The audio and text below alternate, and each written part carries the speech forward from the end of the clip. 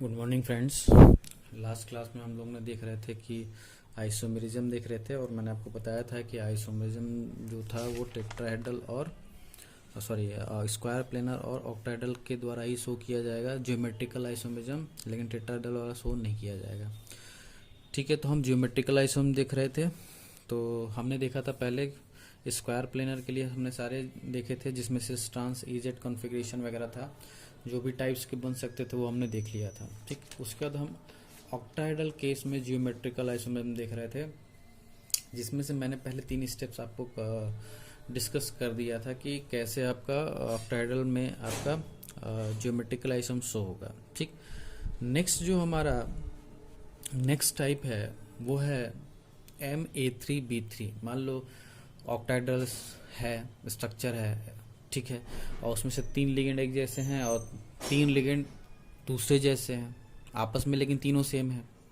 ठीक है, तो उस केस में आप सिस ट्रांस यूज नहीं करते हो। उस केस में आप सिस ट्रांस यूज नहीं करते हो। ये ध्यान रखना, ये सिर्फ और सिर्फ इसी केस के लिए यूज होगा कि जिसमें 3 लिगेंड्स एक जैसे हो और बाकी के 3 लिगेंड्स एक जैसे हो। तो उस केस में सिस ट्रांस यूज नहीं किया जाता है। उस केस में ये लिखा हुआ है, सिस को हम क्या बोलते हैं वहां पर, फेसियल, और शॉर्ट में लिखेंगे FAC से, और ट्रांस को वहां रिप्रेजेंट किया जाता है मेरिडियोनल से, जिसको हम शॉर्ट में लिखेंगे MER से।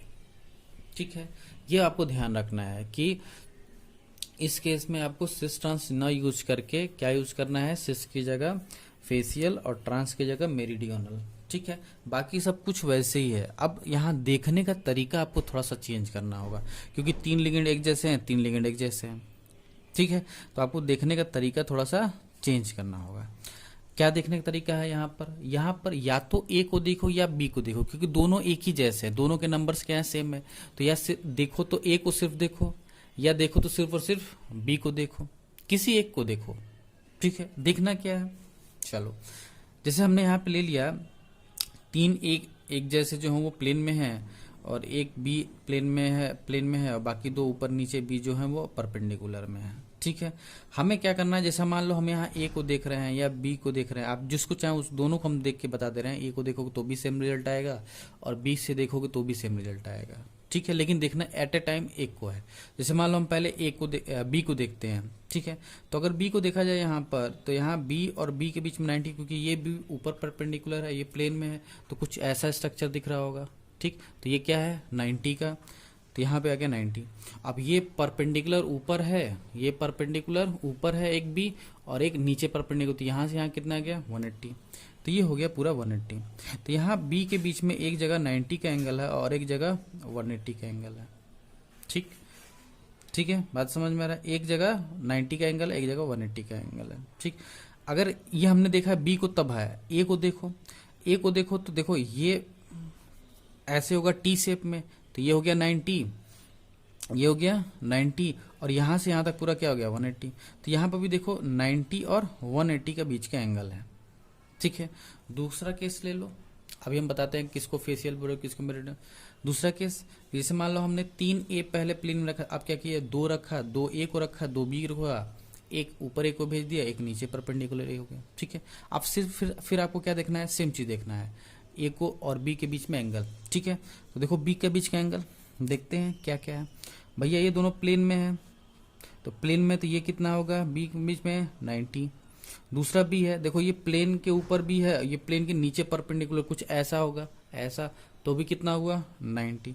तो यहाँ दोनों एंगल कितने हो गए, बी और बी के बीच में 90। ठीक है, ए को देखो, ये दोनों प्लेन में है, तो प्लेन में ए और के बीच में 90, और ये प्लेन के ऊपर परपेंडिकुलर है, कुछ इस टाइप का होगा, तो भी यहाँ से यहाँ ए के बीच में कितना होगा 90। मतलब ए देखो या बी देखो, दोनों के बीच में क्या है 90 90 है। तो बस आपको ध्यान ये रखना है कि अगर 90 90 का एंगल बने ए के बीच में या बी के बीच में, तो उसको हम बोलेंगे फेसियल, उसको हम क्या बोलेंगे फेसियल। और अगर 90 180 का एंगल बने तो उसको हम बोलेंगे मेरिडियोनल। बस काम खत्म। बस आपको ये देख लेना है कि जो भी ए और बी टाइप के लिगेंड्स हैं उनके बीच में एंगल कितने का बन रहा है, कितना कितना एंगल है। अगर 90 90 का बना, 90 90 का मतलब कम, 90 और 90 कम, यहाँ 90 180 ज्यादा है, कम हुआ डिस्टेंस कम हुआ तो फेसियल एंगल ज़्यादा हुआ तो मेरिडियनल, काम खत्म हो गया। तो बहुत आसान है कि फेसियल ये भी एक तरह का आइसोमेरिज्म है। बस ध्यान रखना कि ये सिर्फ और सिर्फ जो फेसियल और मेरिडियनल का केस है वो सिर्फ MA3B3 टाइप में ही आप यूज़ करोगे, बाकी जगह नहीं। बाकी जगह जो आप सिस ट्रांस यूज कर रहे हो वो यूज करोगे, लेकिन इस केस में सिस की जगह फेसियल और ट्रांस के मेरिडियनल का यूज किया जाएगा। और सिंपल है, 90-90 होगा तो सिस मतलब फेसियल, और 90-80 हुआ तो ट्रांस मतलब मेरिडियनल। क्लियर है? बहुत आसान है, देखने का तरीका बहुत आसान है। ठीक है, चलिए नेक्स्ट टाइप पे आते हैं। नेक्स्ट टाइप में हो सकता है कि एक बाइडेंटेट के 2 मॉलिक्यूल हों और मोनोडेंटेट के 2 मॉलिक्यूल। बाइडेंटेट के 2 का मतलब दोनों 4 और 2 इसका 6, ऑक्टेडाइल अब भी हो गया। तो उसके द्वारा आइसोमेरिज्म कैसे शो किया जाएगा? तो सब उसका तो आपको स्ट्रक्चर बनाने आना चाहिए। अब इसका स्ट्रक्चर बहुत ही इम्पॉर्टेंट है, आपको थोड़ा समझना होगा इसका स्ट्रक्चर कैसे बनेगा। ठीक है, जैसे कि हमें पता है कि ये ऑक्टाहेड्रल स्ट्रक्चर का है। ठीक है, और ऑक्टाहेड्रल स्ट्रक्चर मैंने आपको क्लियरली समझाया है कि ऑक्टाहेड्रल में क्या होंगे, 4 प्लेन में होंगे और एक प्लेन के ऊपर परपेंडिकुलर होगा और एक प्लेन के नीचे परपेंडिकुलर होगा। तो ठीक वैसे ही स्ट्रक्चर आपको यहाँ समझना होगा। अब ध्यान से समझना कि कैसे ये ऑक्टाहेड्रल में है।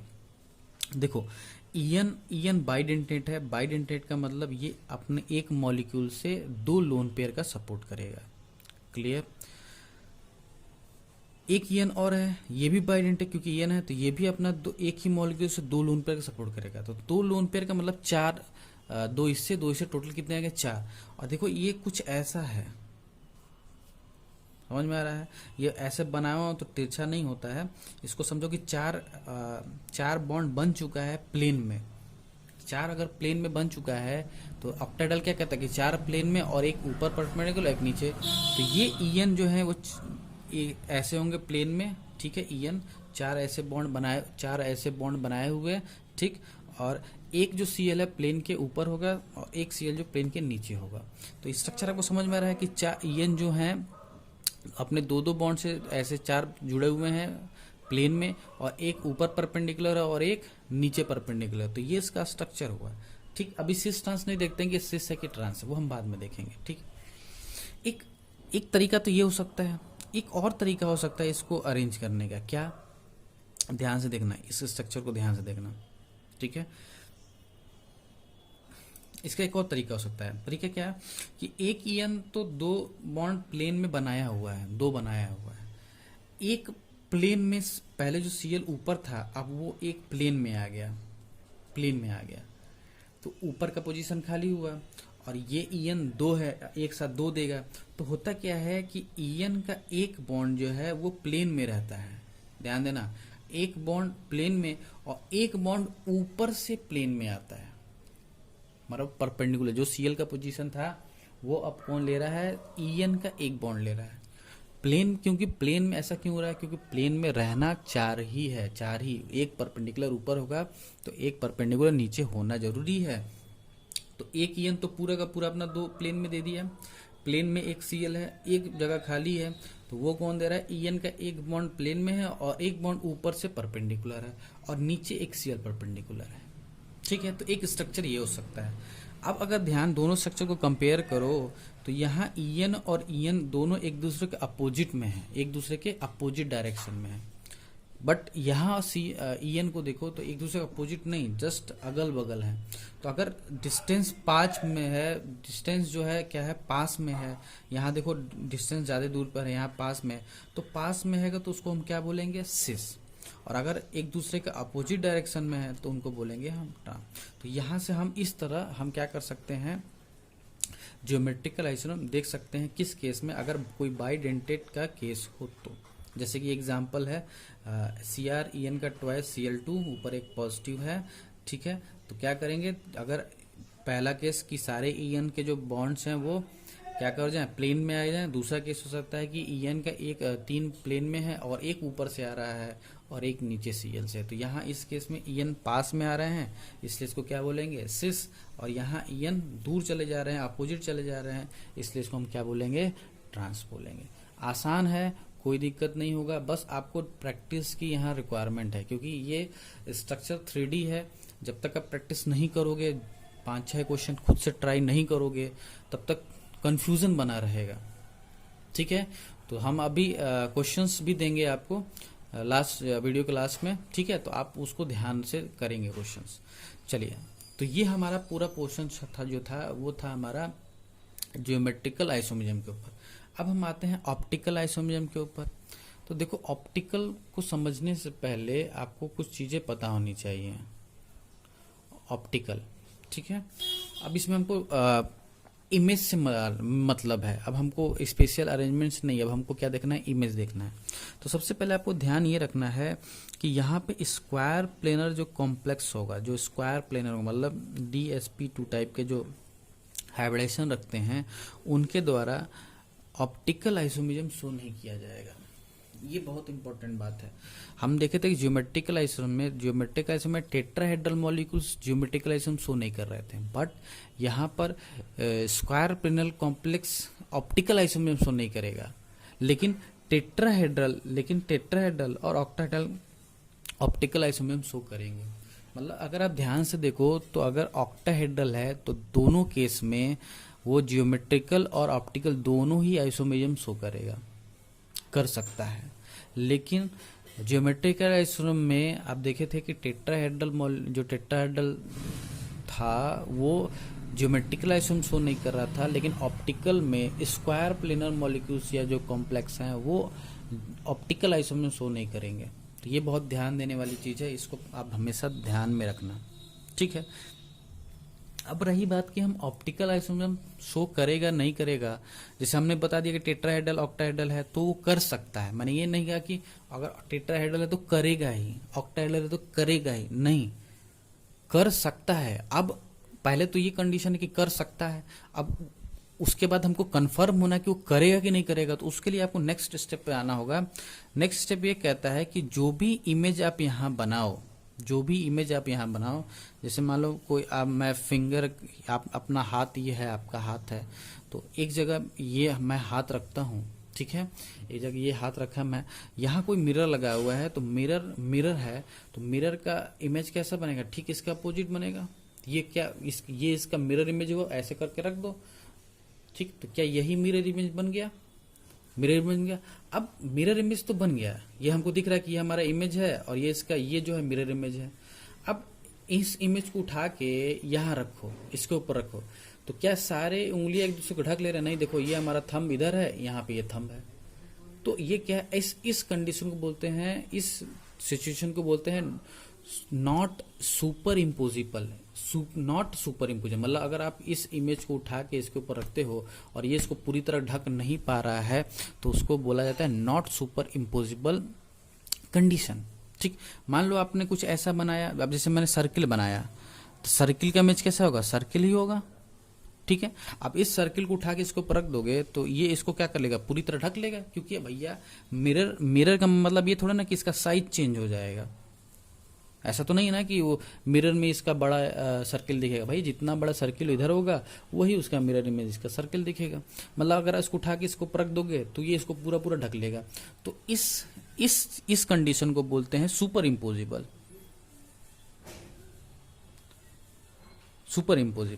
इस कंडीशन को क्या बोलो, सुपर इम्पोजिबल। तो ऑप्टिकल आइसोमेरिज्म शो करने का दूसरा जो स्टेप है हमको वो देखना है कि जो भी मिरर इमेज होने चाहिए वो कैसे होना चाहिए, नॉट सुपर इम्पोजिबल होने चाहिए। ये जरूरी है। अगर सुपर इम्पोजिबल रहा तो दोनों तो सेम हो गया, तो दोनों जब इमेज सेम हो गया तो फिर ऑप्टिकल आइसोमर कैसा हुआ, बात समझ, दोनों इमेज कैसे होने चाहिए, different, not super, mirror image होने चाहिए लेकिन नॉट सुपर इम्पोजिबल होने चाहिए। समझ में आ रहा है। तो ये दूसरा स्टेप है जो आपको हमेशा ध्यान रखना है। पहला स्टेप तो यही है कि आप देखो वो टेट्राहेड्रल है या ऑक्टाहेड्रल है, अगर है तभी वो ऑप्टिकल आइसोमेरिज्म शो कर सकता है, अगर वो स्क्वायर प्लेनर हुआ तो ऑप्टिकल आइसोमेरिज्म शो नहीं करेगा। तो पहला तो ये स्टेप है, चेक करना हाइब्रिडेशन।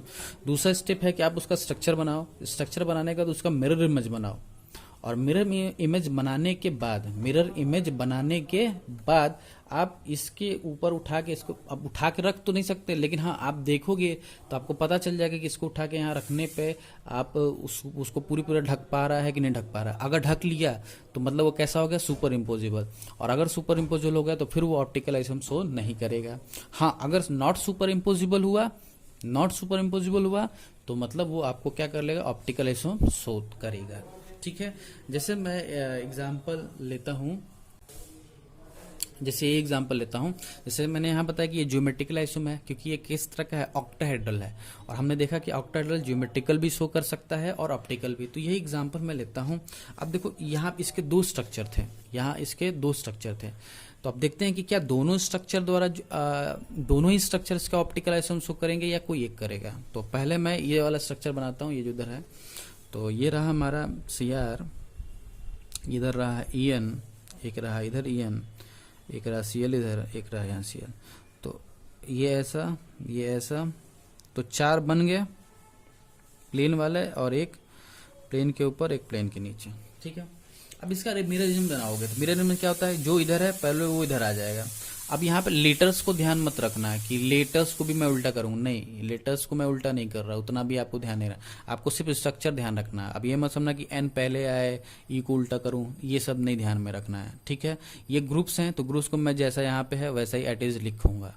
ठीक, तो यहाँ एन पहले आएगा, उसके बाद इधर Cr आएगा, और ये एन इधर आएगा। तो ये फिर से ऐसे हो जाएगा, ये ऐसे हो जाएगा, ये ऐसे हो जाएगा, ये ऐसे हो जाएगा।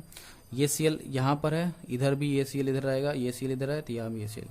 तो ये हमारा मिरर इमेज बन गया। ठीक, अब देखो अगर इसको उठा के इधर रखते हो तो ये En है, इसको ढक लेगा, Cr इसको ढक लेगा, Cl इसको ढक लेगा। मतलब अगर इस इमेज को उठा के यहाँ रखते हो तो ये पूरा इमेज क्या कर लेगा, इसको ढक लेगा। मतलब ये स्ट्रक्चर कैसा है, सुपर इम्पोजिबल है। और अगर सुपर इम्पोजिबल है तो ये कंपाउंड कैसा होगा, ऑप्टिकली इनएक्टिव हुआ, एक्टिव ही नहीं है, मतलब ये ऑप्टिकल आइसोम शो नहीं करेगा। तो देखो ऑक्टाहेड्रल तो है, लेकिन कोई जरूरी नहीं है कि ऑक्टाहेड्रल है तो हमेशा वो ऑप्टिकल आइसोम शो करेगा। वो डिसाइड कौन करेगा, उसका मिरर इमेज, कि वो सुपर इम्पोजिबल है या फिर नॉन सुपर इम्पोजिबल है। तो एक स्ट्रक्चर तो कैसा हुआ, ऑप्टिकली इनएक्टिव हुआ। लेकिन अभी इसका एक और स्ट्रक्चर है, उसको बना के देखते हैं। चलो इसको भी बना लेते हैं। तो एक En यहाँ पे जो इसके दोनों प्लेन में है, ठीक, एक प्लेन के नीचे परपेंडिकुलर। ठीक है, अब देखो, और एक जो Cl है वो प्लेन वाला। अब यहाँ पे एक खाली है, तो En यहाँ पर उसका एक इस प्लेन में आया और इसका एक इसके परपेंडिकुलर आया। एक ये स्ट्रक्चर हो गया। ठीक है, अब इसका मिरर इमेज बनाते हैं। तो मिरर में जो पहले होगा वो इधर बन जाती है, ये Cl यहाँ पे आ गया, ये En जो यहाँ पे था वो इधर आ गया, ये Cr इधर आ जाएगा, ये Cl नीचे है तो नीचे रह जाएगा, और ये En जो है वो इधर लास्ट में आ जाएगा। तो ये बन गया। अब इसके दो प्लेन वाले यहाँ मैंने बना दिए, ये नीचे परपेंडिकुलर, ये नीचे प्लेन वाला, इसका एक प्लेन वाला और एक इसके ऊपर परपेंडिकुलर वाला। ठीक, अब इसको उठा के यहाँ रखो तो देखो ये Cl उठेगा, जब ये Cl तो उठ के यहाँ जाएगा, मतलब यहाँ Cl यहाँ पे आएगा, ये En इधर टिल्ट है, ये इधर टिल्ट होगा, ये En इधर है तो इधर En है ही नहीं। मतलब अगर इस मिरर उठा के इसके ऊपर रखोगे तो ये इमेज इसको पूरा कवर नहीं कर पाएगा। मतलब ये जो हमारा इमेज है ये ये कैसा है, हमारा नॉट सुपर इम्पोजिबल है। इस वजह से यह कंपाउंड हमारा क्या होगा, ऑप्टिकली एक्टिव कंपाउंड होगा। Optically active compound, optically active का मतलब ये आपका ऑप्टिकल आइसोम शो करेगा। अब बताओ ये कैसा था, ये सिस वाला केस था, और ये कैसा था, ट्रांस वाला। तो इस कंपाउंड का ट्रांस का जो स्ट्रक्चर है वो कैसा होगा, ऑप्टिकली इनएक्टिव होगा। लेकिन इसी केस का जो सिस वाला स्ट्रक्चर है वो कैसा हो जाएगा, ऑप्टिकली एक्टिव हो जाएगा। बात समझ में आ रहा है? बहुत आसान है, बस थोड़ा सा प्रैक्टिस की रिक्वायरमेंट है, और वो हमेशा रहेगी। कोई भी क्वेश्चन नई चीज आप पढ़ते हो तो वहां आपको प्रैक्टिस की रिक्वायरमेंट होती है। तो अगर आप प्रैक्टिस कर रहे हो, आगे करोगे, तो बहुत आसान लगेगा, कोई दिक्कत नहीं होगा। हाँ, अगर आपने जितनी तेज़ी से ये समझ में आता है, अगर आपने प्रैक्टिस करना छोड़ दिया, 1 हफ्ते छोड़ दिया, 10 दिन छोड़ दिया, तो उतनी तेज़ी से ये गायब भी हो जाएगा, भूल जाएगा सारा। और फिर जब दोबारा पढ़ोगे तो फिर लगेगा अरे ये तो नया नया है। क्लियर है ना, बात समझ में आ रही है? तो प्रैक्टिस बहुत ज़्यादा रिक्वायरमेंट है, ठीक है। तो ये रहा हमारा ऑप्टिकली एक्टिव आइसोमेरिज्म, ठीक। तो ये चैप्टर आपका यहाँ पे कंप्लीट होता है, ठीक है। अभी मैं वीडियो के लास्ट में मैं आपको कुछ क्वेश्चंस भेजूंगा, करीब 10-12 क्वेश्चंस हैं जो पूरे आपके और कोऑर्डिनेशन कंपाउंड्स जो हैं उनको ऊपर, उन पूरे मतलब जो भी आपने कोऑर्डिनेशन कंपाउंड के अंदर पढ़ा है उन सभी पर क्वेश्चन बेस्ड है। आप उन क्वेश्चंस को मैं अभी आज भेज रहा हूँ, लेकिन उसका सोल्यूशन आज नहीं दूंगा। उसका सोल्यूशन मैं आपको नेक्स्ट वीडियो में खुद करके आपको दिखाते हुए वीडियो बनाकर वो सॉल्यूशन आपको प्रोवाइड करूंगा। लेकिन उसको देखने से पहले आपको खुद से ये क्वेश्चन ट्राई करना होगा, ठीक है। तो यहीं पे इस चैप्टर को ख़त्म करते हैं। कोई डाउट हो इस चैप्टर से रिगार्डिंग, क्योंकि पूरा चैप्टर कंप्लीट हो चुका है, तो पूरा चैप्टर एक बार रिवाइज कर जाइए, देख जाइए। कोई भी पूरे चैप्टर से डाउट हो तो आप डाउट को क्लियर कर सकते हो, ठीक है। तो आज के लिए इतना ही। नेक्स्ट वीडियो में हम आपको क्वेश्चन के सोल्यूशंस देंगे। Thank you.